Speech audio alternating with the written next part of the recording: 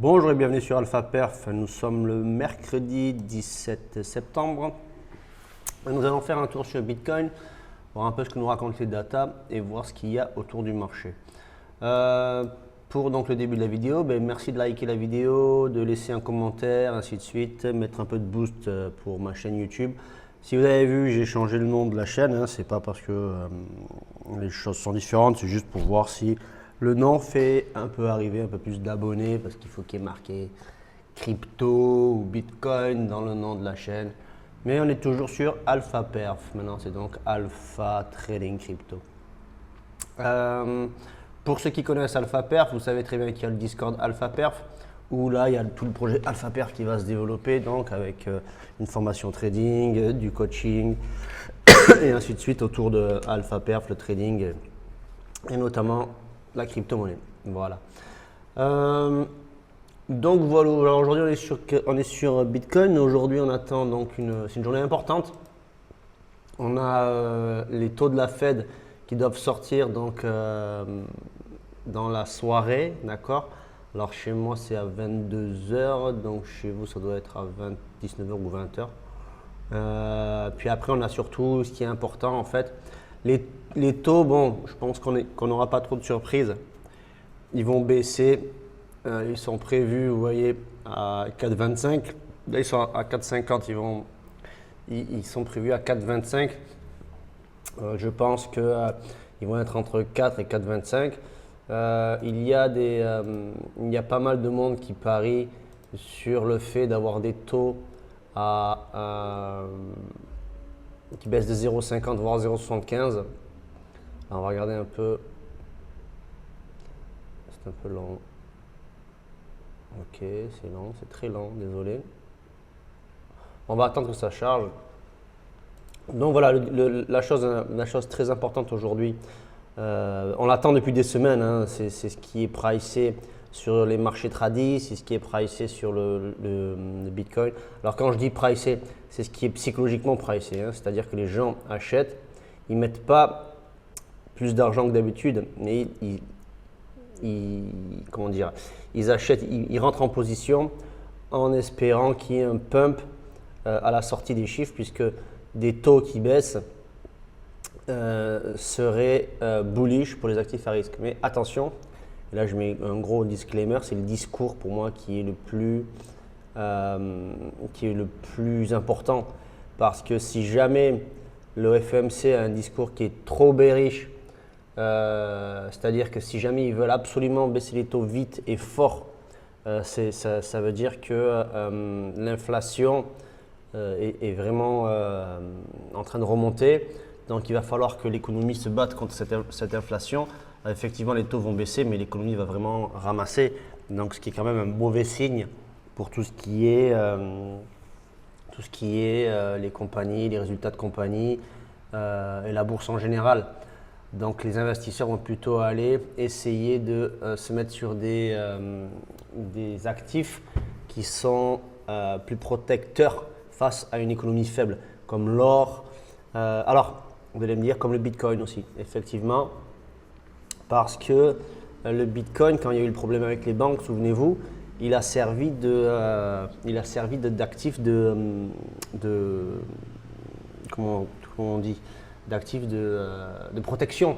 Les gens ne croyaient plus au dollar, tout ça, avaient peur avec ce qui se passait avec les banques, ils sont venus se protéger en transférant leurs capitaux vers le Bitcoin. Ça pourrait être la même chose, c'est-à-dire que, en fait, moi, il y a une chose qui me dérange, notamment là depuis quelques semaines, c'est qu'on a le Nas, le S&P, le Dow Jones, on a tout qui monte, qui n'arrête pas de monter. Ça, c'est clairement un pricing de la baisse des taux, d'accord? Donc les gens sont en train de rentrer en position en espérant qu'il y ait un excès haussier et en espérant de voir que le fait qu'avoir la baisse des taux va donner envie aux gens, aux investisseurs, de rentrer sur les marchés. Mais il y a un gros mais, c'est que quand on vient de faire ATH sur ATH, moi, je suis sur le NAS, je regarde pratiquement que le NAS, moi, le S&P c'est pareil, je crois. Ouais, c'est encore pire. Quand on fait ATH sur ATH et qu'on continue à monter la veille, voire le jour même, d'une sortie de chiffres importante, pour moi, ça sent le sale de news sur les indices, mais énorme en fait. Enfin énorme.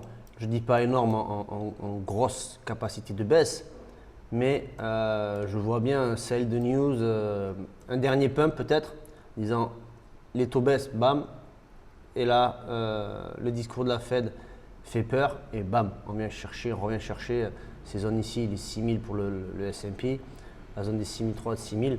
Alors, ça ferait une jolie baisse.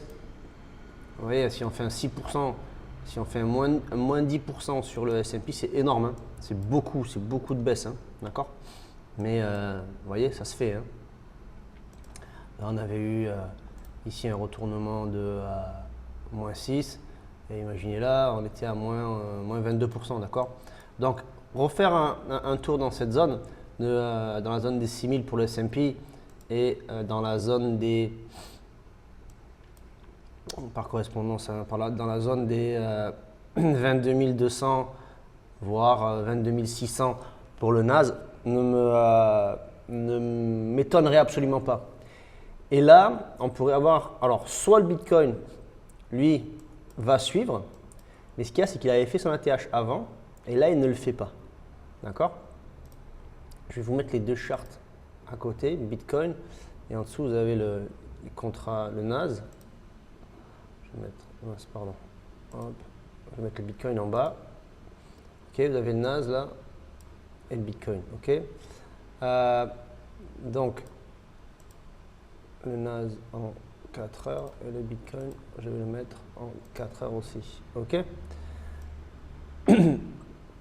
Voilà, là le truc qu'il y a, c'est que quand on regarde les deux charts, quand on compare les deux charts, le Bitcoin a fait son ATH ici. Là, il a corrigé, comme le NAS. Ok. Suivez sur la charte du NAS ma souris aussi. Vous voyez, le Bitcoin a fait son ATH, il a corrigé au moment où le NAS corrigeait aussi, plutôt rangé. Là, le Bitcoin fait une reprise haussière, mais il n'est pas lui arrivé à son ATH. Il a déjà eu son excès avant. Le NAS est en plein excès, d'accord? Donc, c'est tout à fait possible que le NAS corrige. Et le Bitcoin, lui, pourrait se décorréler à ce moment-là pour aller chercher cet ATH et corriger plus tard. Alors, c'est soit il est faible et il va craquer avec le NAS, c'est-à-dire que si le NAS perd 5% ou 10%, le Bitcoin, lui, il va aller en perdre le double, d'accord? Soit il se décorrèle parce que justement, il vient comme un actif, les gens vont switcher des indices pour se protéger sur le Bitcoin, l'or ou le Bitcoin, d'accord? Et le Bitcoin va lui continuer à pumper pour au moins échanger son ATH. Et après, attention, ok? Mais il faudrait que le NAS, lui, corrige et après repart tranquillement. Lui, il se décorrèle, il repart, il continue, il fait son ATH, petite correction, et là, il repartira en même temps que le NAS repartira. Voilà, c'est un peu le scénario que j'observe, qui serait peut-être pour moi le plus cohérent, parce qu'il faut que le Bitcoin piège. C'est trop facile là, si on a un ATH sur les indices, soit les indices c'est to the moon, et ça bon, c'est très peu probable, même s'il continue tranquillement, hein, même s'il continue bien, c'est peu probable qu'il soit to the moon. Donc ça serait les indices montent et continuent à monter sans jamais corriger, n'existe pas, mais bon, ok, pourquoi pas dans le meilleur des mondes. Et lui le Bitcoin, ben lui par contre ça pourrait être to the moon, il accélère, il accélère, il accélère, possible. Autre scénario donc, gros dump des deux.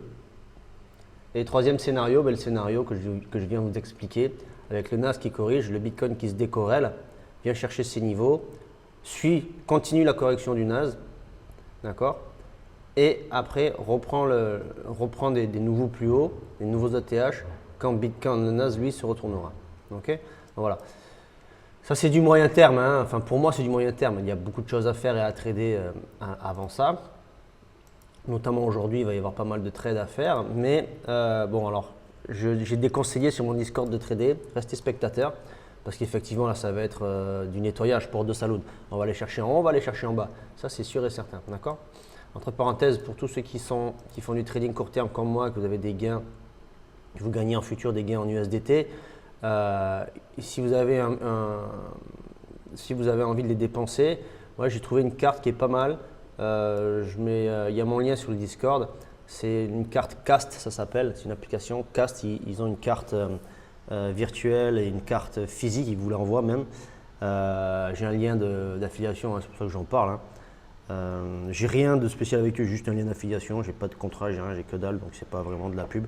Mais je le dis parce que tout le monde, enfin dans mon entourage surtout, plein de gens cherchent des cartes pour pouvoir dépenser les gains en USDT, du trading, tout ça. C'est quand même plus simple, c'est relativement pratique. Ouais, j'espère que vous n'avez pas vu l'écran qui est devenu noir. C'est relativement pratique, donc vous avez un lien, vous cliquez dessus. Hein. Moi, ça m'a fait gagner, je crois, $1 par personne même pas, c'est des points que je gagne, c'est même pas de l'argent. Mais vous, ça vous fait 20% de réduc sur la carte physique si vous la commandez. Alors, la carte physique est un peu chère, elle est à $100, je crois, mais ça vaut le coup. Ils vous envoient une carte, vous avez une carte qui est sympa. Et puis, l'avantage qu'il y a, c'est que si vous avez des réservation, hôtel, tout ça, la carte physique, on en a souvent besoin. Donc voilà. Moi, je m'en sers en tant que sur le téléphone, quoi, comme carte pour faire des dépenses de tous les jours. C'est cool, ça permet de bouffer les gains de trading directement comme ça. Donc voilà, c'était une petite parenthèse, désolé. J'aime pas trop faire ça, mais voilà, c'est vraiment cool. Et j'ai pas mal de potes qui l'ont utilisé derrière moi et trouvent ça vraiment sympa. Donc voilà, c'est un petit tip que je vous lâche. Donc revenons sur notre Bitcoin, on va aller voir un petit peu les datas. Vous avez compris mon mindset là. Donc je vais me passer en une heure. Qu'est-ce qu'il y a en une heure? On a quand même pas mal d'Ibans à aller chercher. On voit qu'en début de semaine, hein, donc on n'a pas chômé. Hein. On est directement allé chercher les stops ici, chercher les stops là. Là, on reprend les stops. Là, on va se remettre à corriger. Possible qu'on vienne chercher dans la journée ces imbalance ici, qu'on vienne les combler. Là, ça va faire vraiment porte de saloon, comme je vous l'explique à chaque fois. J'ai toujours la même, c'est souvent la même expression que j'utilise, mais voilà, on prend le bas, on prend le haut, on prend le bas, là on prend le haut, on peut reprendre le bas. Enfin voilà, ça peut être de pire en pire. Hein. C'est ce genre de choses qui fait que on sort beaucoup de monde. On sort des gens, d'accord? On va aller voir dans les liquidations. Les liquidations, qu'est-ce qu'elles nous disent? Ben, bam, il y a des gens qui rentrent, il y a des gens qui rentrent, il y a des gens qui rentrent, il y a de la liquidité qui est un peu partout, qui nous attend. C'est ça qui va alimenter nos portes de saloon et c'est ce qui va donner la direction à la force du mouvement qui va se faire pendant les chiffres. Parce que je vous le dis direct, c'est à 90% sûr, le mouvement sera violent. À la hausse ou à la baisse, le mouvement sera violent. Mais il peut être violent et de suite être violent dans l'autre sens, d'accord? Donc, vous ne vous faites pas piéger. Là, je suis en 3 jours. Vous voyez, liquidation. Là, je viens de passer 12, 24 heures, 48 heures, 3 jours. Les liquidations restent les mêmes. OK? Donc, ça veut vraiment dire qu'on a nettoyé, on accumule derrière. Les traders futurs sont en train de vraiment chercher à se positionner. Voilà, là, c'est plus intéressant. En une semaine, on a vraiment énormément de liquidations jusqu'aux 112 000. Voire avec ces mèches tranquilles, on descend jusqu'aux 111 000 $. Hein. 110 et quelques, d'accord? Là, ça ferait mal. Hein. Enfin, ça ferait mal. Pas plus que ça pour moi, mais parce que j'y suis prêt. Regardez ce qu'on vient chercher. Liquidations qui sont tracées là. On break cette trend. On vient chercher. Là, vous voyez, excès, énorme dump. On reconstruit. Et on repart et on calme tout le monde. Et on éclate tout le monde. OK? Donc, c'est tout à fait possible, probable qu'on fasse ça. Un excès jusqu'au 118, 120. Ça serait tellement facile à faire pour les 3%, les gars. C'est que dalle, d'accord? Là, il y aurait gros pump partout. Tout le monde dit ça y est, les chiffres sont sortis. Les taux baissent.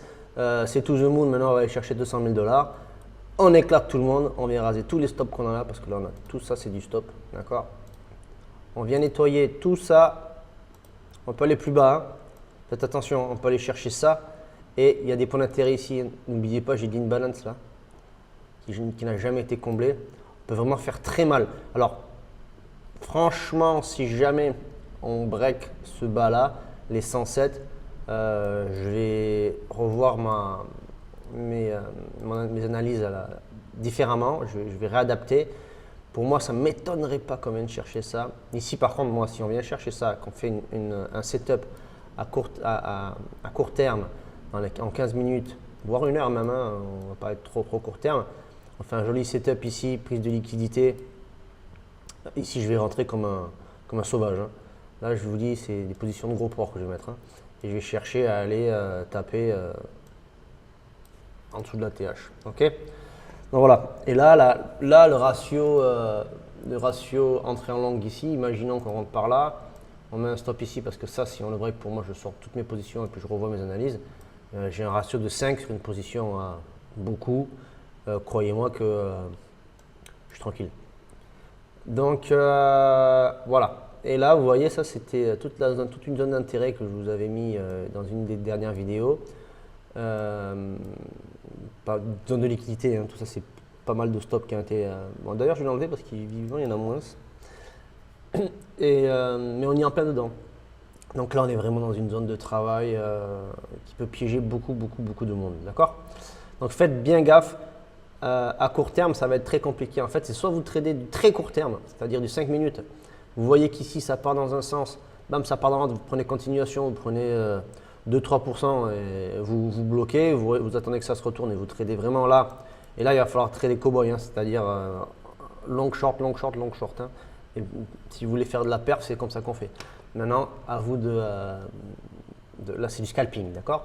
Maintenant, moi, je conseille plutôt, surtout pour ceux qui suivent la chaîne YouTube, hein, je conseille plutôt d'aller chercher des entrées en position H1, H4 et pas plus. Laissez respirer le prix, laissez respirer tout le monde qui attend. Hein. Imaginez, il y a j'allais dire le monde entier, mais oui, presque. Le monde entier attend ça, là, ce qui va se passer ici dans l'heure d'ici, pour savoir ce qu'ils vont faire, ou pour savoir comment démarrer les algos, ou ainsi de suite. Là, il y a des algos qui sont proc depuis une semaine, qui attendent ces chiffres. Eux, ils vont balancer à mort, hein, d'accord? Donc là, il y a des mouvements intéressants sur Binance. Effectivement, on a une grosse ouverture de position ici. Alors, une grosse ouverture de position là, donc un open interest qui monte avec des funding qui descendent. Donc, c'est quoi les gars là? Allez, laissez en commentaire, c'est quoi? Ben ouais, ça va des shorts.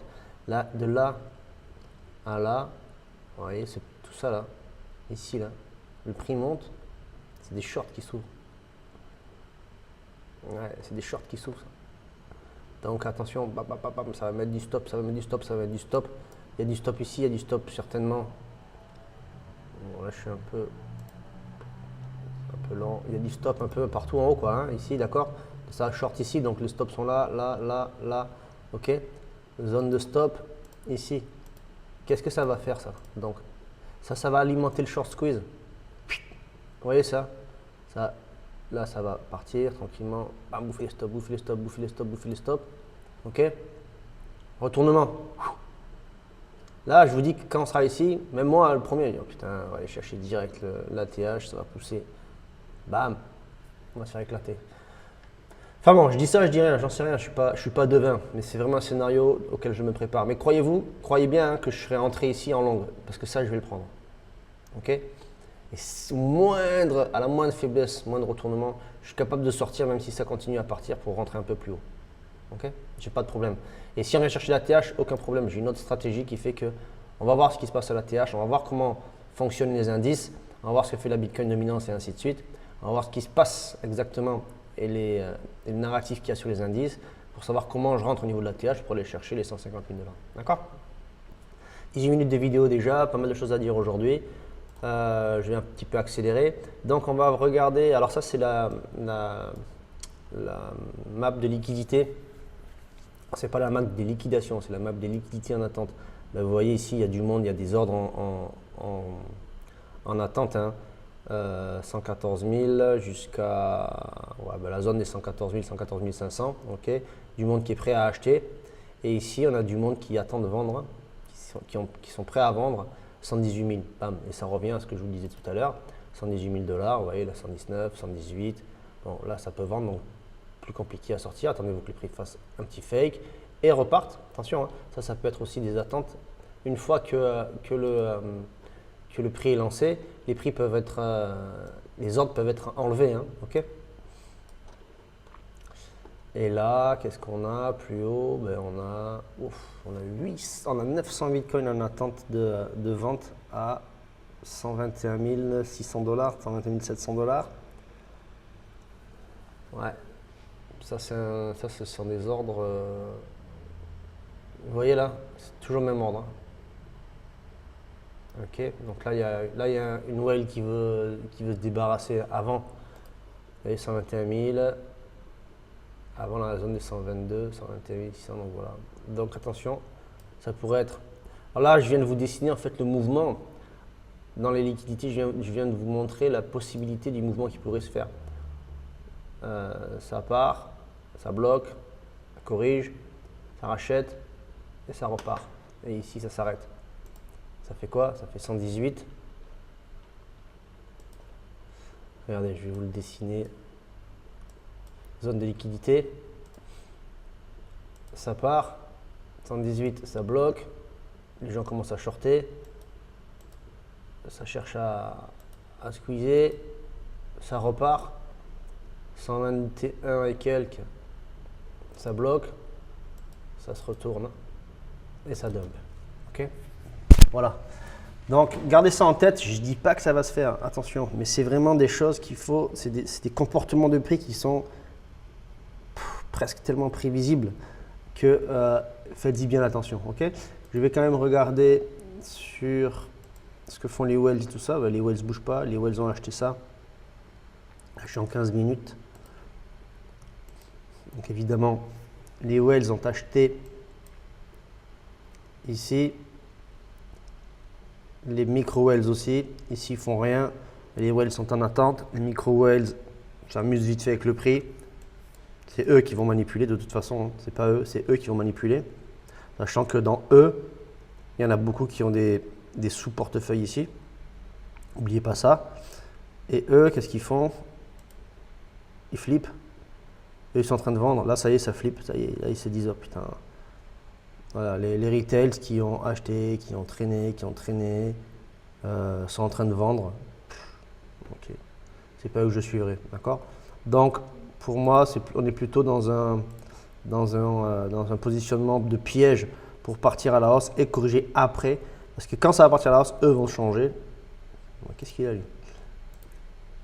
C'est bon. Et eux vont dire, enfin voilà. Vous voyez la manière de penser. Bon, lui, il me gonfle. Le CME, voilà, on est à donc 0,25 voté à 96%, 96,1% d'une baisse de 0,25 à 0,50. Pardon, ça fait une baisse de 0,25, ouais, c'est ça. Et là, une baisse de 0,50, il n'y a plus personne qui y pense. Donc là, on pourrait surprendre en baissant de 0,50 direct aujourd'hui. Donc voilà, moi franchement, moi je fais partie des 3,5 là. Enfin des 4% là. On verra, hein. Ça peut être sympa de faire un petit pari là-dessus. Mais ouais, je fais partie de… Je suis plutôt là. Moi en général, j'ai tout le temps tort quand je parie, donc vous basez pas sur ça. Ok, donc voilà, 23 minutes de vidéo. Désolé, c'était un petit peu long, mais j'avais des choses à vous dire. Bon, ce site il me gonfle. Ça on a vu, ça on a vu, ça on a vu. Donc voilà, j'aurais aimé juste faire un petit tour sur des alts un peu plus puissants comme Sol. Alors Sol, pareil, Sol lui, il est possible qu'il vienne chercher des plus hauts assez rapidement, surtout si Bitcoin décide de pump. Même si c'est du fake pump, Sol pourrait aller vraiment chercher des plus hauts assez rapidement. Donc suivez bien vos alts préférés, suivez les alts lourds, hein.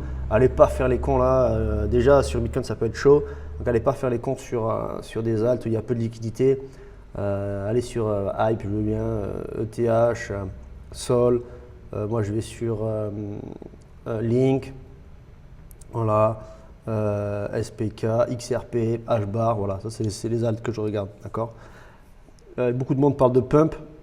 Je connais pas cette alt en fait, j'en ai entendu parler mais c'est pas un truc que je trade, donc je regarde pas plus que ça. Pour le regarder sur le Discord si ça vous intéresse. Donc voilà, ok, allez, merci d'avoir écouté, donc merci de laisser un petit pouce, un like, comme je dis, un petit commentaire. Venez sur le Discord, partagez la vidéo, j'aimerais bien qu'on arrive au moins à 1000 abonnés, ça pourrait être sympa, juste parce que ça motive un peu plus. On est 200, 210, c'est sympa, c'est cool, je suis content que vous soyez là. Mais j'aimerais franchement qu'on arrive à 1000 abonnés. C'est pour ceux qui regardent la vidéo en scred sans s'abonner, sans liker, les gars, ça ne vous coûte rien du tout. Moi, ça me motive, ça fait progresser ma chaîne. Le but est vraiment de créer une communauté, donc s'il vous plaît, on ne fait pas ça seul. Donc allez-y, poussez le truc, quoi. Ça peut être sympa. Ça ne vous coûte rien, ça peut vous rapporter que quelque chose. Donc voilà, c'est tout. C'est comme ça que je le vois. Merci de liker et si vous avez aimé la vidéo, partagez-la et venez sur Discord. Ciao, ciao, be safe.